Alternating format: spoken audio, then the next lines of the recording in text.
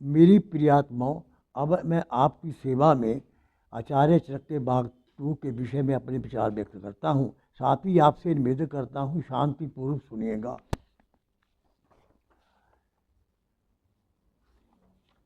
सिकंदर और पोर्स का युद्ध। पंचनद नरेश पोर्स की सेना अब युद्ध के मैदान में आ चुकी थी और स्वयं पोर्स युद्ध पूर्व अपनी सेना का निरीक्षण कर रहा था। तभी उसने एक सैनिक से पूछा, वह तो दूर एक अलग शिविर है, वह किसका है? सैनिक ने महाराज को बताया, वह शिविर मगध सेना का है, लेकिन मगध ने तो हमारे रण का निमंत्रण ही अस्वीकृत कर दिया है। यह तो एक विशाल सेना का एक छोटा सा दल है महाराज, जो अपनी इच्छा से युद्ध को अपना योगदान देने आया है। पोर्स को आश्चर्य मिश्रित प्रसन्नता हुई। पुराने मनुष्यों ने इतना सा पोर्स जिस युवक से संवाद कर रहे थे, वास्तव में वह भक्त नरेश नंद की बेटी कल्याणी थी और आचार्य चरक और चंद्रगुप्त के संकेतों पर कुछ महत्वपूर्ण वीरों के साथ सेना की एक छोटी टुकड़ी पोर्स के सहयोग से अपने बलबूते पर ले गई थी और महाराजा उसे एक सैनिक समझ रहे थे। इसलिए पोर्स ने उसे पूछा, तुम युद्ध के में हमारे साथ ही रहोगे सैनिक? और सैनिक बनी कल्याणी जो आज्ञा कहकर अपने काम में व्यस्त हो गई। सामने पहाड़ी है और उस पर हमारी सेना एकत्र होनी चाहिए, शायद पोर्स इस पराजय टल जाए। ये लोग मगध सेना को पहाड़ी पर ले जाने के लिए चल दिए। आकाश में बादल गड़गड़ाने लगे और धरती पर सल्यूकस और पोर्स आमने सामने जूझ रहे थे। अकस्मात एक बार में सल्यूकस घायल हो जाता है और वह युद्ध से हट जाता है। सल्यूकस ने भागता हुआ देखकर महाराजा पोर्स कुछ घोषणा कर रहे थे। तभी सिंहरण महाराजा के पास आता है और उससे निवेदन करता है, चलिए महाराज, उस सामने वाली पहाड़ी पर चलिए, यह स्थान सुरक्षित नहीं है। अभी सिकंदर गया ही था कि एक घबराया हुआ सैनिक उसे आकर सूचना देता है कि सेनापति सल्यूकस को पोर्स की सेना ने पीछे से घेर लिया और उसे बाध्य होकर अपने आप को पीछे लौटना पड़ा। सिकंदर के लिए अब इस पराजय का भी कोई अर्थ नहीं रह गया था। वस्तुतः मुनि तांड्यायिक ने जब से यह चाणक्य से मिलाकर लौटा और राष्ट्र के प्रति उसकी सृष्टि बचाना चाहा, तो पोर्स और मालव के लोगों का व्यवहार सीप से जाना। सिकंदर के विश्व विजय का सपन और अर्थहीन होने लगा। अब वह स्वयं ही सोचने लगा, अब बहुत हो चुका, अब यहाँ से वापसी जाने की तैयारी करनी चाहिए। और धीरे धीरे सिकंदर इस प्रकार विचार करता हुआ अपने शिविर में लौट गया। सिकंदर की वापसी। यह सब दृश्य बड़ा भावुक था। सिकंदर सेल्यूकस, कार्नेलिया और फिलिप्स यवन सैनिकों के जमावड़े के साथ सीरन, अलका, मालिका और अम्बरी की विदाई समारोह में उपस्थित थे। गाजे बाजे के साथ सिकंदर महान को भारतीय प्रसन्नता पूर्व विदा कर रहे थे। तभी आगे बढ़ते सिकंदर ने चंद्रगुप्त को देखकर कहा, बधाई हो सिकंदर, मुझे इस बात की बधाई सम्राट, यह बधाई भारत के साथ चंद्रगुप्त को दे रहा हूँ, क्योंकि जब तुम सम्राट हो जाओगे तब यहाँ से मैं होऊंगा नहीं। इसलिए तुम्हें तुम्हारे राजा होने की अग्रिम बधाई दे रहा हूँ। सिकंदर, तुम वास्तव में वीर हो, गुणी हो और कुलीन हो। हम भारतीय सदा गुण की पूजा करते हैं। मैं चरक के इन सब की ओर से तुम्हारा धन्यवाद करता हूँ और तुम आए और हमें मैत्री का अवसर दिया। अपनी नाम में चढ़ता हुआ धीरे धीरे नदी के रास्ते से बढ़ता हुआ दूर जाता हुआ एक परछाई की तरह नजर आ रहा था। वैसे उसका आना और कर्म करना ही एक सच्चाई थी। इस सम्मान से भारत में मिला। सिकंदर को लग रहा था कि जो अमिट खजाना उसे भारतीयों से मिला वह कभी समाप्त नहीं होगा। नंद वंश की समाप्ति। नंद की आखिरी सांस के साथ मगध में इस अत्याचारी शासन का युग समाप्त हो गया। चाणक्य ने आदेश पर महात्म्य राक्षस के बंधन खोल दिए गए। नंद पुत्री कल्याणी और शकार पुत्री सुभाषिनी को भी मुक्त कर दिया गया। अब मगध का शासन खाली था और इसका निर्णय राष्ट्रीय परिषद कर सकती थी कि इसी नागरिकों में चाणक्य, चंद्रगुप्त, षटकार, राक्षस, सेनापति मौर्य और बलरुचि की सम्मति घोषणा करते हुए कहा था, यह परिषद राज्य शासन के लिए योग्य उत्तराधिकारी का चयन करेगी। अब चाणक्य ने कहा, उत्तरापथ के सामने मगध में गणतंत्र स्थापित हो जाने से इसकी संभावना नहीं। अब मगध पर कभी भी कोई विपत्ति नहीं आ सकती, इसलिए यहाँ पर हर दृष्टि से एक सबल और समक्षक शासन की आवश्यकता है। इसके लिए आप उपयुक्त व्यक्ति का नाम बताइए। सबने एक मत से चंद्रगुप्त का नाम लिया। चाणक्य का लक्ष्य जब उसके सामने था, इसलिए उन्होंने बड़े स्नेह भाव से, आओ चंद्रगुप्त, अब आगे बढ़ो और अमर्त्य राक्षस और तुम सम्राट का अधिकार करो। नंद की सेना का विद्रोह कुचलने के लिए कुछ ही देर पहले नंद सहित जो लोग मारे गए थे उन्हें एक ओर कर दिया गया। राक्षस धीरे धीरे चंद्रगुप्त का हाथ अपने हाथ में लेकर शासन की ओर बढ़ने लगा। चंद्रगुप्त के शासन पर बैठने की चारों ओर से सम्राट की जय जयकार होने लगी।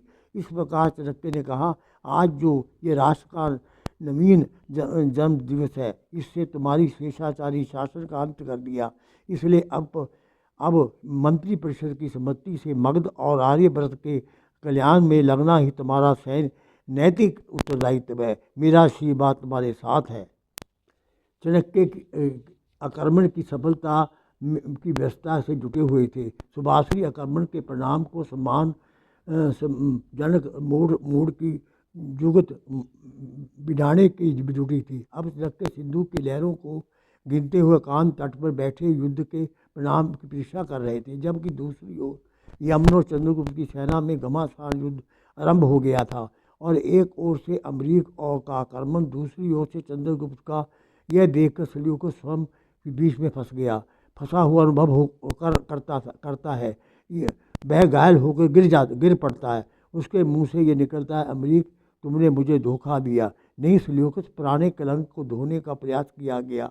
तभी एक भाले से अमरीक बुरी तरह घायल होकर मूर्छित हो जाता है। धरती पर उसका अचेत शरीर गिरता है। नहीं रहा अमरीक, लेकिन मरते हुए उसने अपनी प्रतिज्ञा पूरी कर गया। चाणक्य को जब यह समाचार मिला तो उसे संतोष होता है। चलो, अमरीक ने जो कहा था वह कर दिखाया। अब तो यमन सेना में भगदड़ मच गई। उसी समय मौके पर सिर ने आकर सेना की कमान संभाल ली। शिखा बंधन। तभी सूचना मिलती है, सेल्यूकस आचार्य चाणक्य के दर्शन के लिए पधार रहे हैं। ठीक है, सेल्यूकस का स्वागत है। तुम यहाँ नहीं, राजमंदिर में उनका स्वागत किया जाएगा। और फिर यह सारा दल राजमंदिर में विशाल स्वागत करते हुए कहता है, विजेता सेल्यूकस, मैं आपका स्वागत करता हूँ, किंतु मैं तो पराजित हूँ सम्राट, मैं तो संधि के लिए आया हूँ। हाँ हाँ कहिए, चंद्रगुप्त ने कहा। आर्य साम्राज्य के महामंत्री चाणक्य के दर्शन कीजिए। पीछे आते हुए आचार्य ने कहा, मैं आपका अभिनंदन करता हूँ यमन सम्राट।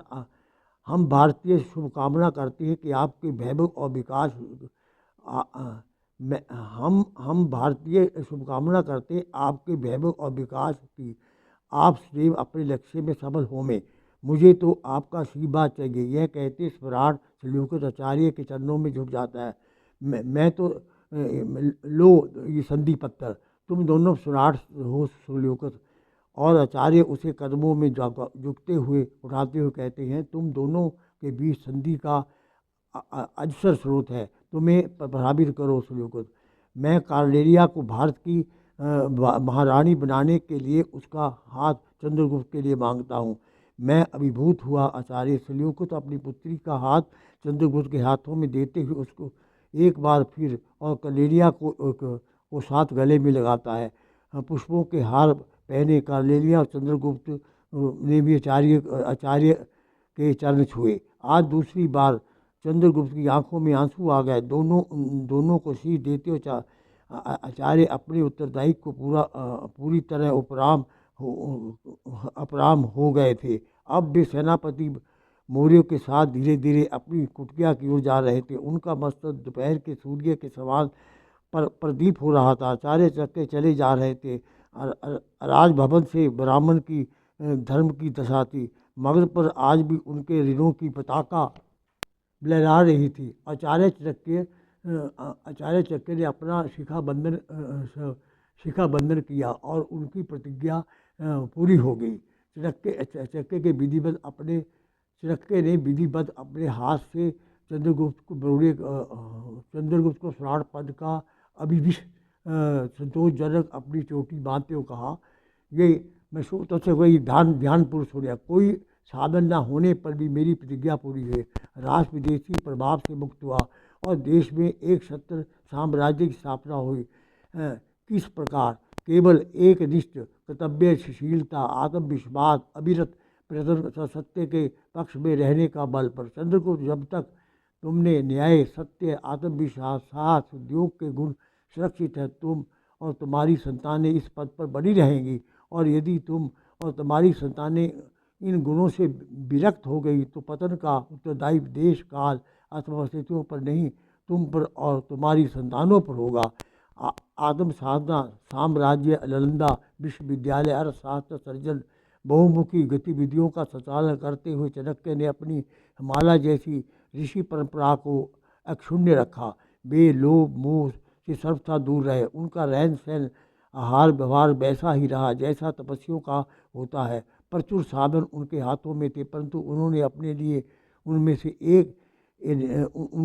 से नहीं बराबर के उपयोग किया। लोक कल्याण में निरत जनसेवकों का निर्वाह न्यूनतम स्तर पर होना चाहिए। इस आदेश को उन्होंने सदा ध्यान में रखा। अपनी झोंपड़ी में ही नित्य पैदल चलकर जाते थे और वहीं अपना साधन नित्य कर्म संपन्न करते थे। उनके निजी रहन सहन का वर्णन इस प्रकार है। गोबर से लिपी हुई सच्ची फूस की झोंपड़ी, कुशों का गड्ढा, उपला तोड़ने का पत्थर, हवन सुविधाएँ, यही उस महा ब्राह्मण की स्मृति थी। साहित्य सर्जन। आचार्य चाणक्य बहुत बड़े साहित्यकार थे। उन्होंने अपने जीवन में अनेक ग्रंथों की रचना की, परंतु मुख्य ग्रंथ निम्नलिखित है।